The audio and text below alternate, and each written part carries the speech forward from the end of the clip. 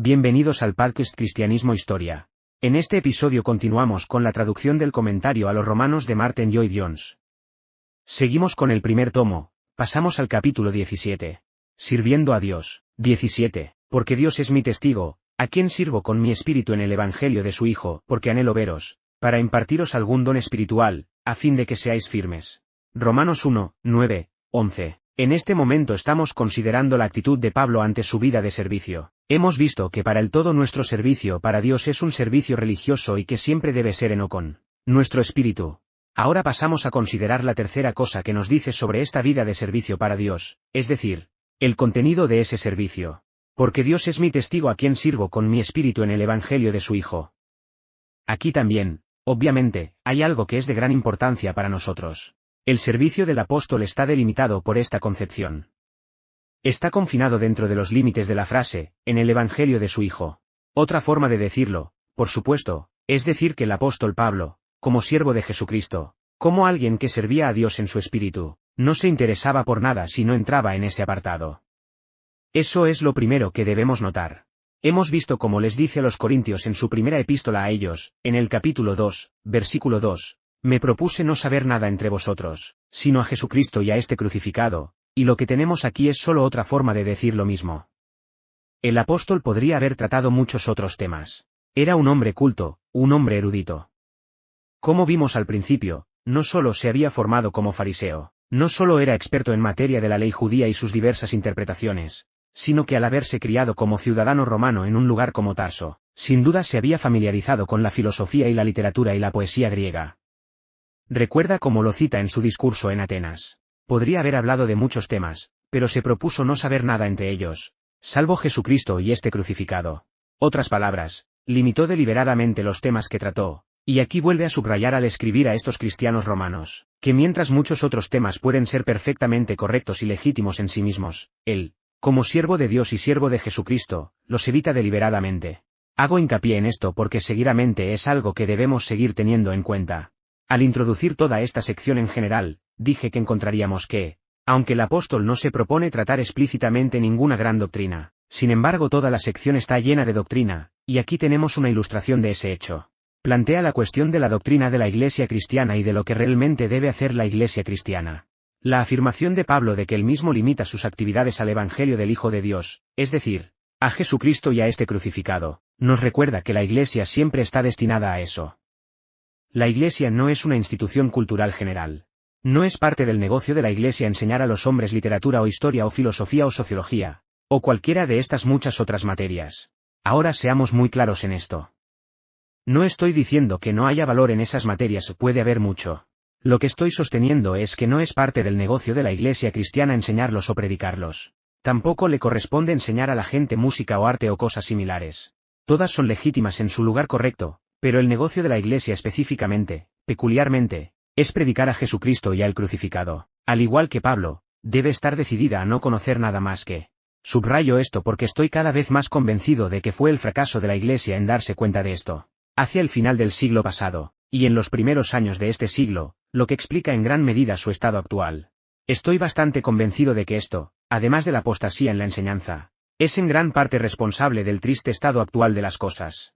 Las iglesias se convirtieron en instituciones. Se convirtieron en sociedades culturales, se trataron todo tipo de temas, se convirtieron en lugares de reunión social.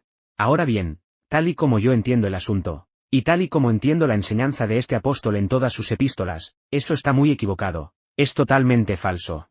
La Iglesia es una sociedad espiritual. Lo único que nos une es el Evangelio de su Hijo. El mundo puede hacer las otras cosas y el mundo debe ocuparse de ellas. Es asunto del mundo hacerlas. Son muy legítimas y los cristianos también pueden participar en ellas. Pero no en la Iglesia. La Iglesia se ocupa de la relación de los hombres con Dios en Jesucristo, sirve a Dios en el Evangelio de su Hijo. Ahí está el límite. Ella no debe salirse de él. No debe permitirse la entrada de nada más. Pero hay algo más. Si hasta ahora he indicado que, el Evangelio de su Hijo, es una concepción limitante, quiero poner igual énfasis en el hecho de que es una concepción muy completa, y que hay un gran contenido en ella. Al escribir a los Efesios, el apóstol lo expresa de otra manera, cuando lo llama, las inescrutables riquezas de Cristo. Es la misma cosa. Es, el Evangelio de su Hijo, las inescrutables riquezas de Cristo, o, según las riquezas de su gracia. O tomemos la forma en que lo dice en su discurso de despedida a los ancianos de la iglesia de Efeso, registrado en el capítulo 20 de los Hechos, porque no he rehuido anunciaros todo el consejo de Dios. Eso es, el Evangelio de su Hijo. Nada menos que eso. El apóstol dice que no se guardó nada. Ahora, de nuevo, debemos ser igualmente claros al respecto. El mensaje de la iglesia es muy grande y amplio. No abarca esas otras cosas, porque están fuera de los límites del Evangelio de su Hijo. Sí. Pero dentro de los límites, ¡qué riqueza, qué riqueza! El Evangelio de su Hijo no significa simplemente evangelismo, y creo que estará de acuerdo en que esto debe ser enfatizado en este momento. Creo que existe un peligro real en la actualidad de que toda la energía de la iglesia se dedique a la evangelización. Alguien lo malinterpreta o cree que estoy diciendo que no debe haber evangelismo. Estoy diciendo exactamente lo contrario. Lo único que digo es que la actividad de la iglesia no debe ser solo evangelizadora. Creo que existe un peligro real en la actualidad de que el énfasis en el evangelismo se convierta en un énfasis exclusivo, con la iglesia siempre evangelizando, y deteniéndose en eso. Por ese camino está el desastre. No. El Evangelio del Hijo de Dios comienza con el mensaje evangelístico, pero no se detiene ahí. Continúa con la enseñanza, y, de hecho, la enseñanza es una parte de la evangelización si ha de ser un verdadero evangelismo. De hecho, permítanme decirlo así, todas las doctrinas profundas de la epístola a los romanos están bajo el título de El Evangelio de su Hijo. Todos son las buenas noticias de principio a fin, y nada debe quedar fuera. Pablo lo dice de nuevo a los corintios así: Cristo Jesús, que de Dios nos es hecho sabiduría, y justicia, y santificación, y redención, 1 Corintios 30. Eso es el Evangelio. La doctrina de la santificación forma parte del Evangelio del Hijo de Dios tanto como la justificación. La glorificación es otra parte. Todas deben ser tomadas en cuenta. La Iglesia debe recordar siempre eso. Y si no está predicando todo el consejo de Dios, si no está predicando todas las grandes y gloriosas doctrinas de las Escrituras, no está sirviendo a Dios verdaderamente. Ella no está sirviendo a Dios como el apóstol estaba tan ansioso de hacer, y como innegablemente lo hizo. Lo dice en muchos lugares diferentes. Por ejemplo, en la epístola a los Colosenses, en el primer capítulo, versículo 28, refiriéndose al Señor Jesucristo, escribe: a quien predicamos, amonestando a todo hombre, y enseñando a todo hombre con toda sabiduría, para presentar a todo hombre perfecto en Cristo Jesús. O de nuevo lo pone como exhortación a Timoteo en 2 Timoteo capítulo 4, versículo 2, predica la palabra, sé pronto a tiempo, fuera de tiempo, reprende, exhorta con toda paciencia y doctrina. Eso es lo que el apóstol quiere decir con, servir a Dios con mi espíritu en el Evangelio de su Hijo. Amigos míos, esta es la comisión a la Iglesia. Y la pregunta que tenemos que hacer hoy es si la Iglesia está cumpliendo esa comisión. ¿Está la Iglesia cristiana predicando la doctrina? ¿Está predicando todo el consejo de Dios? ¿No existe el peligro de que la Iglesia se contente solo con el mensaje evangelístico? Además, algunos predicadores dan morisquetas generales, comentarios sobre la situación internacional, asuntos políticos, disputas industriales, etc., pero el pueblo no es instruido. No se reprende. No se exhorta. No se reprende.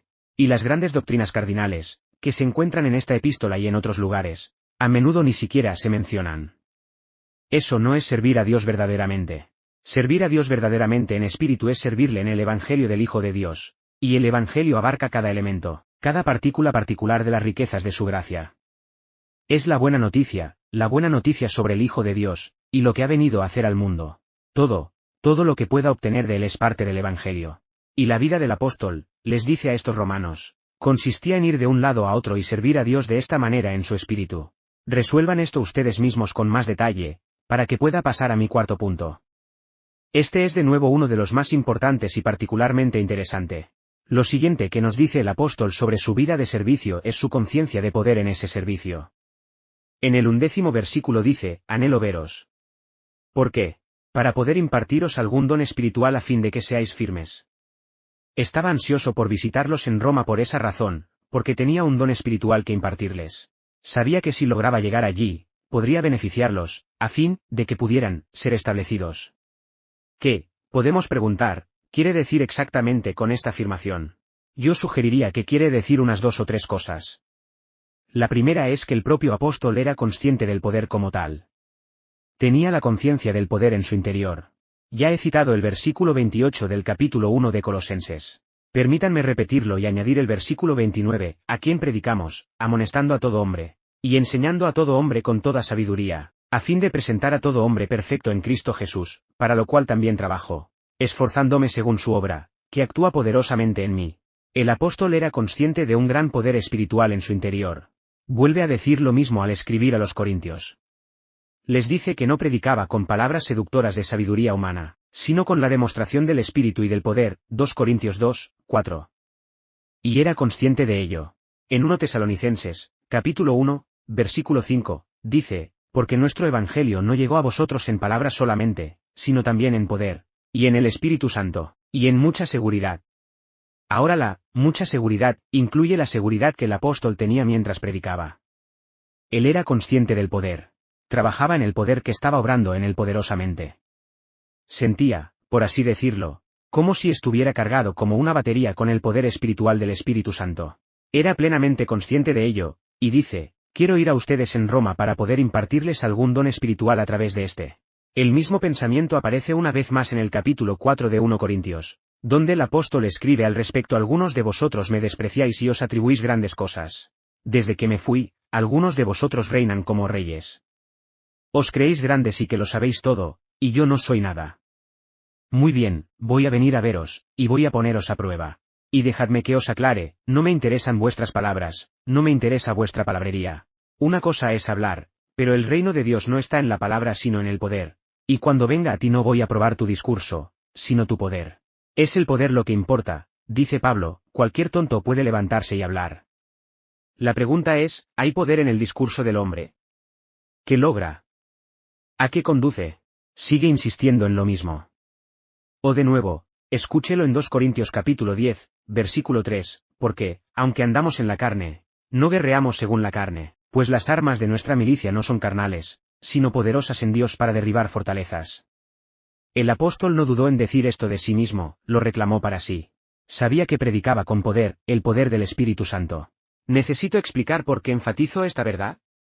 Seguidamente es lo que la Iglesia necesita aprender hoy por encima de todo lo demás. Todos necesitamos aprender por encima de todo lo demás. Es la cosa que necesitamos aprender por encima de todo lo demás. ¿Recuerdan cómo nuestro bendito Señor, justo antes de su ascensión, habló a sus discípulos y les dijo: quedaos en la ciudad de Jerusalén hasta que seáis investidos de poder desde lo alto? Lucas 12 y 49. Y de nuevo, pero recibiréis poder, cuando el Espíritu Santo haya venido sobre vosotros, y me seréis testigos en Jerusalén, en toda Judea, en Samaria y hasta el último rincón de la tierra. Hechos 1, 8. Pero no sin el poder. No podían dar testimonio sin el poder. Eran hombres muy corrientes, pescadores y artesanos, obreros en su mayoría. Deben tener el poder, y después de haberlo recibido pueden dar testimonio. Y leemos en el libro de los Hechos que, con gran poder dieron los apóstoles testimonio de la resurrección. Hechos 4 y 33. Hablaron con poder, y la palabra, al venir a través de ellos, cumpliendo la profecía de Jeremías, fue como un martillo, que rompe las rocas en pedazos. Aplastó a los hombres. Convenció a los hombres. Los condenó. Hizo que cayeran a la tierra y gritaran: hombres y hermanos. ¿Qué haremos? Los desesperó. El poder. De eso habla Pablo. Él era consciente de este. Además, al leer la historia de cada avivamiento enviado por Dios en la historia de la Iglesia, siempre encontrará este elemento presente. Los hombres, a los que Dios ha utilizado, han sido conscientes de su poder. Hay una palabra a la que le tengo mucho cariño y que fue utilizada con mucha frecuencia por Joel Harris, uno de los padres metodistas galeses de hace 200 años. La palabra que siempre utilizaba cuando hablaba de este poder era autoridad. Había dos tipos de predicación en lo que a él respecta. Había una predicación absolutamente ortodoxa, en la que se decían las cosas correctas, y que era muy buena. Pero la no estaba allí, y eso era lo que Joel Harris siempre anhelaba. Sabía cuando la tenía, y también sabía cuando estaba sin ella. ¿No se deben nuestros problemas, digo, en parte al hecho de que todo esto se ha olvidado? Hay muchas historias que podría contarles para ilustrar estos asuntos. Creo que ya les he contado la del hombre que debía predicar a una gran reunión de personas. Y estaban todos reunidos, con los ministros presentes, y con todo en orden, pero el predicador no había llegado. El ministro de la iglesia local envió a una doncella para que dijera al predicador que viniera. Así que la muchacha fue, y cuando volvió dijo: ¿tiene a alguien con él? Le he oído hablar con alguien. Y le dijeron, vuelve y dile que venga, dile que la gente está esperando. Ella volvió de nuevo y dijo, sí fui, pero él estaba hablando con alguien. Y todo lo que le oí decir fue que no iría a predicar a menos que esta otra persona fuera con él. Está bien, dijo el viejo ministro, tiene toda la razón, no debe venir a predicar hasta que el otro venga con él. El predicador no estaba, por supuesto, hablando con un hombre, estaba hablando con Dios. Era consciente del hecho de que la autoridad estaba caliente allí, y sabía que si hubiera ido a predicar sin ella, estaría predicando y él solo, y no quería ir sin el poder consciente y la presencia del Espíritu Santo. Quería la autoridad. Y la obtuvo. Vino y predicó y ocurrieron cosas sorprendentes.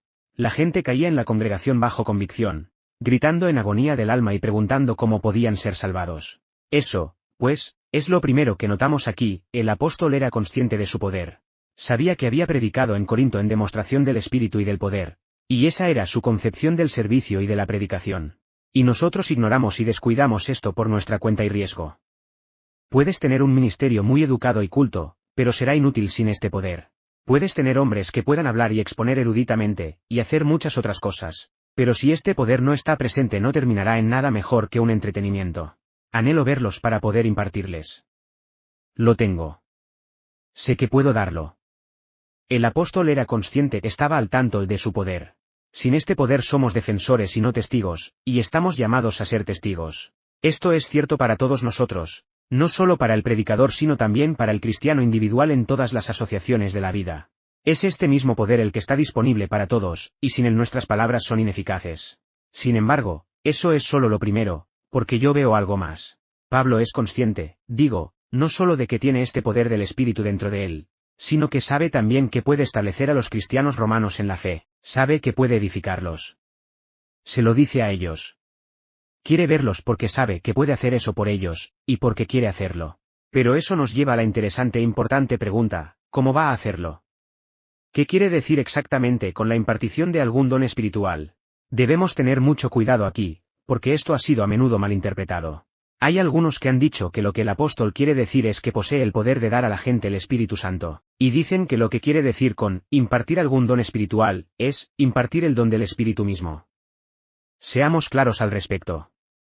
El apóstol tenía ese don. Hay ejemplos de ello en el libro de los Hechos. ¿Recuerdan cómo, después de haber hablado a ciertos discípulos, en Efeso y de que éstos hubieran creído en el Evangelio, los bautizó, en el nombre del Señor Jesús, y entonces se nos dice que, les impuso las manos y recibieron el don del Espíritu Santo, 19:1-6. Hay otros ejemplos de lo mismo en el libro de los Hechos, y no solo con este apóstol. Así que algunos han dicho que esto es lo que Pablo quiere decir, y, como usted sabe, hay personas que han fundado una doctrina sobre eso y afirman que todavía tienen este mismo poder. Dicen que pueden dar el don del Espíritu Santo imponiendo sus manos sobre una persona. También hay quienes sostienen ese punto de vista en una forma ligeramente diferente, que creen que en un servicio de confirmación el Espíritu Santo se da por imposición de manos de un obispo. Hay sectores de la Iglesia que afirman eso.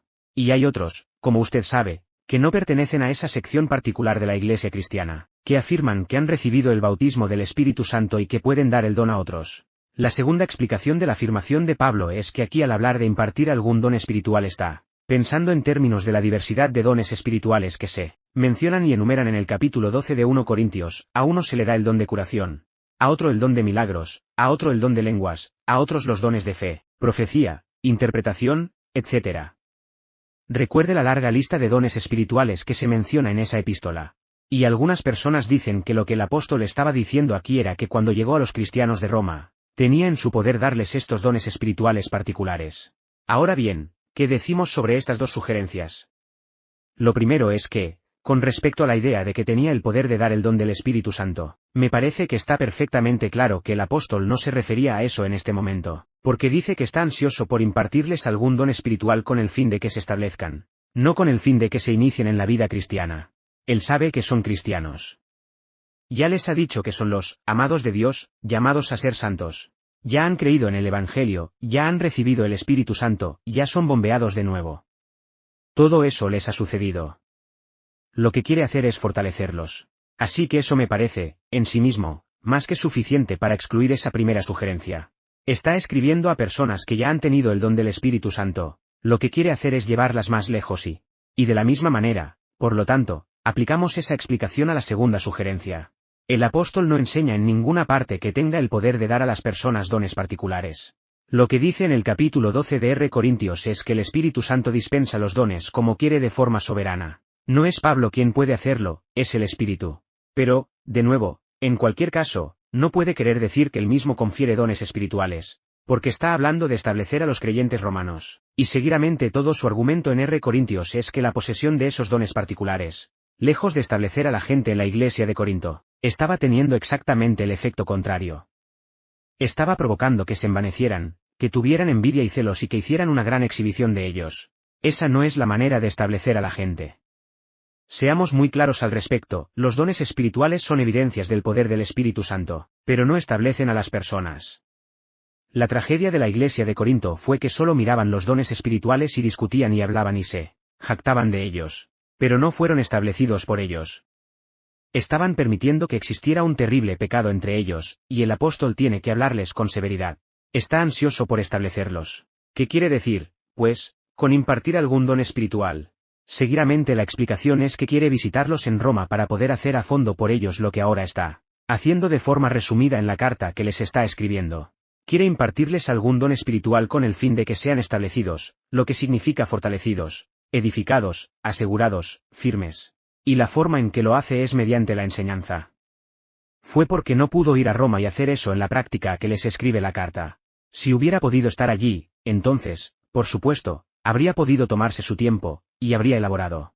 Lo que me lleva de nuevo a recordarles que esta epístola a los romanos no es más que una sinopsis, un resumen, y breve, de todo lo que el apóstol predicó y enseñó con profusión cuando estuvo presente en la carne.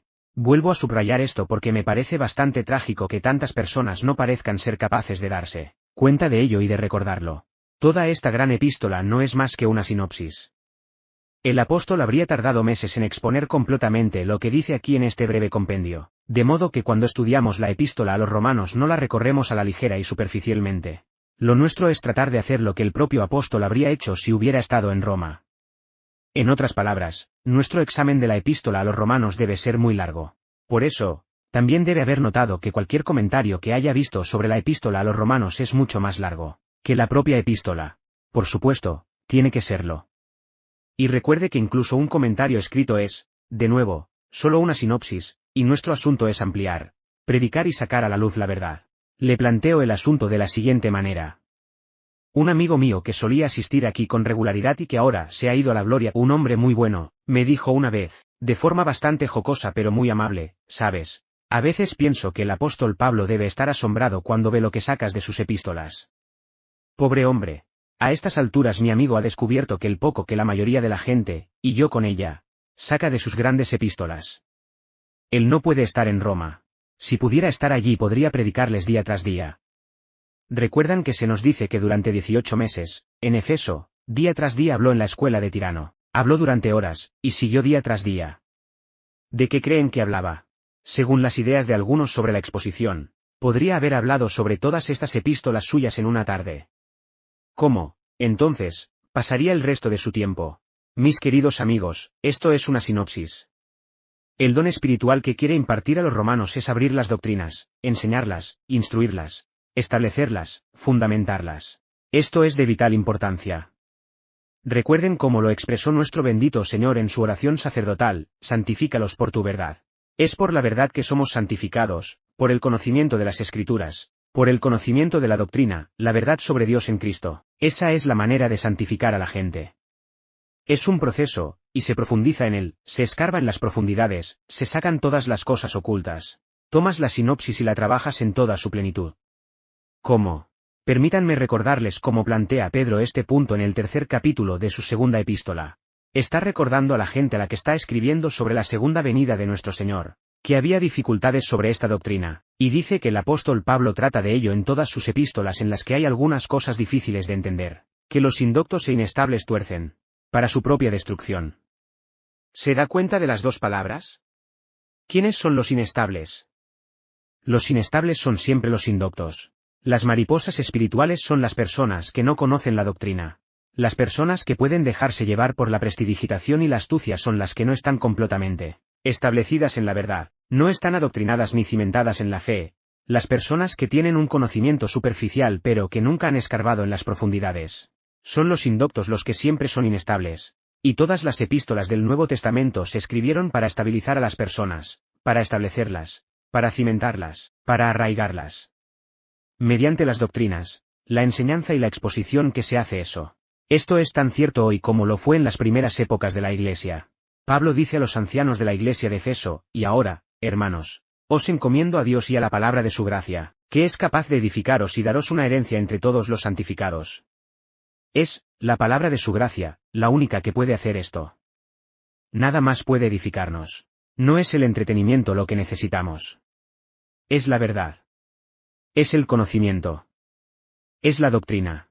Es la verdad, las doctrinas de esta gran epístola y de las otras epístolas. En la medida en que las conozcamos y nos hayamos apropiado realmente de ellas, seremos estables, fiables, capaces de detectar el error y la herejía, y de ver las cosas engañosas que pasan por evangelio, sin dejarnos llevar y sin engañarnos. Nunca fue más necesaria esa estabilidad que hoy en día con todas las sectas y falsas enseñanzas. Las cosas que parecen tan buenas en la superficie.